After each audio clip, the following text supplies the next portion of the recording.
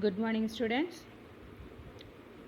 Today we will continue with the remaining topics, that is how to start with a database, creating a new database. In this, we need to click on the dash icon. So the dash icon will show the search bar. In the search bar, you need to type the LibreOffice base. This application will be listed out. Click on the application icon and this screen will get open. In the screen, you can see create new database, open existing database file, connect to an existing database. So you can choose which one you need. Okay, just click on the first option, create new database. If you are going to create a new one, then click on the first one. If you are working with the already saved one, then go with the option second. Okay, here they have chosen the first option, create new database, and then click on next button. So it will take you to the next screen, that is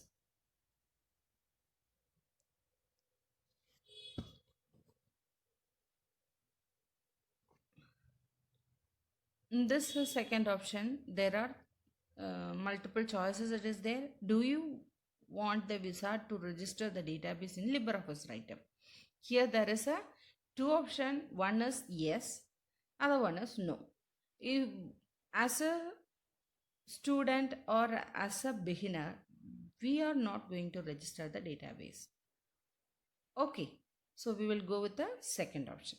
And the next one, after the database file has been saved, what do you want to do? Once the database is saved, then what we are going to do? Open the database for editing. Because once we have created the database, we are going to give the input to the system, isn't it? So we need to click on the first one. And the second one, it is about create tables using the table wizard. Okay, that also give tick mark because we are going to use the ready-made field. If we are going to use the ready-made field, then we can give the tick to the second one also. Once it is done, then click on the finish button. Okay, once your database is created, the next step it is to save that database. Okay, here you need to give the name for the database and then in which folder you are going to save that you need to choose in the places, under places, and then save it up.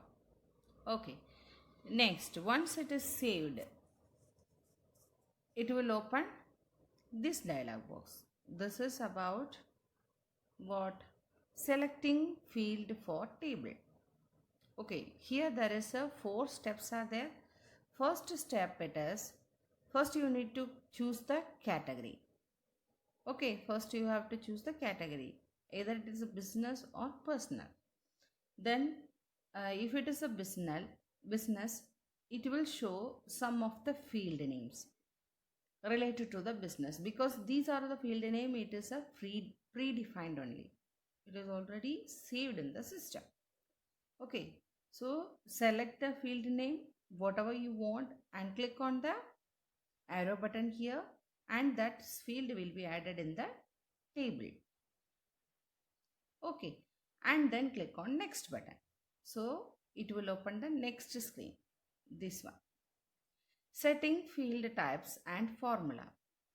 In this step we are going to set the data type. That means what type of data you are going to give in the particular field, that you are going to decide. As it is a predefined field, we doesn't want to worry because already the data type is also given here. If it is a created by you, then you should definitely give the data type. Okay, so how we are doing that? Select the data field, and in the field you can see what is the field name. So field name, it is a address. Field type text. Why we are using the text? as a data type, because in the address we are using the text as well as the numbers. Okay, and entry required, if you here it is, if you are leaving as a blank also, the system will accept this one. If you are giving his here as a yes, then yeah, you need to give, this is a mandatory field. Okay, next, length, how many characters you are going to put in this. So according to this, you just put the length.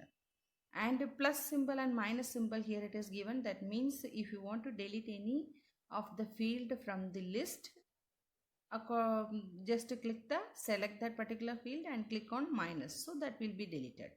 If you want to add again, it will show the field names from the list, predefined list. You just select with the required one. Once it is done, then we can click on to the next.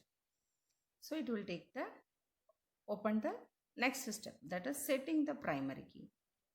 Okay, this step is mandatory because when you are giving the input to the system, you should set some field as a primary key.